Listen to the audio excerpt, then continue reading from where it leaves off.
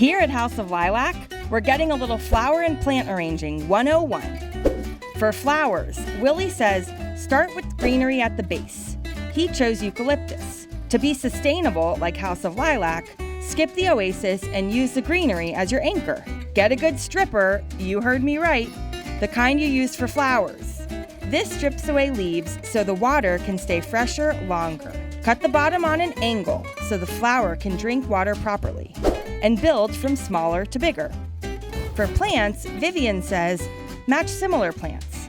This Samantha, similar to a bromeliad, and the orchids are a great pair because they're both air plants.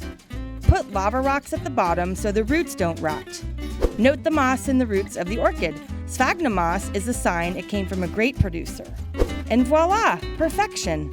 This millennial-run, whimsical flower spot also features dried flowers, perfect for any decor that lasts forever. The owner, Melanie, right there, and her business partner, Nikki, met in high school at Lourdes and created this sensational shop, sure to deliver a smile.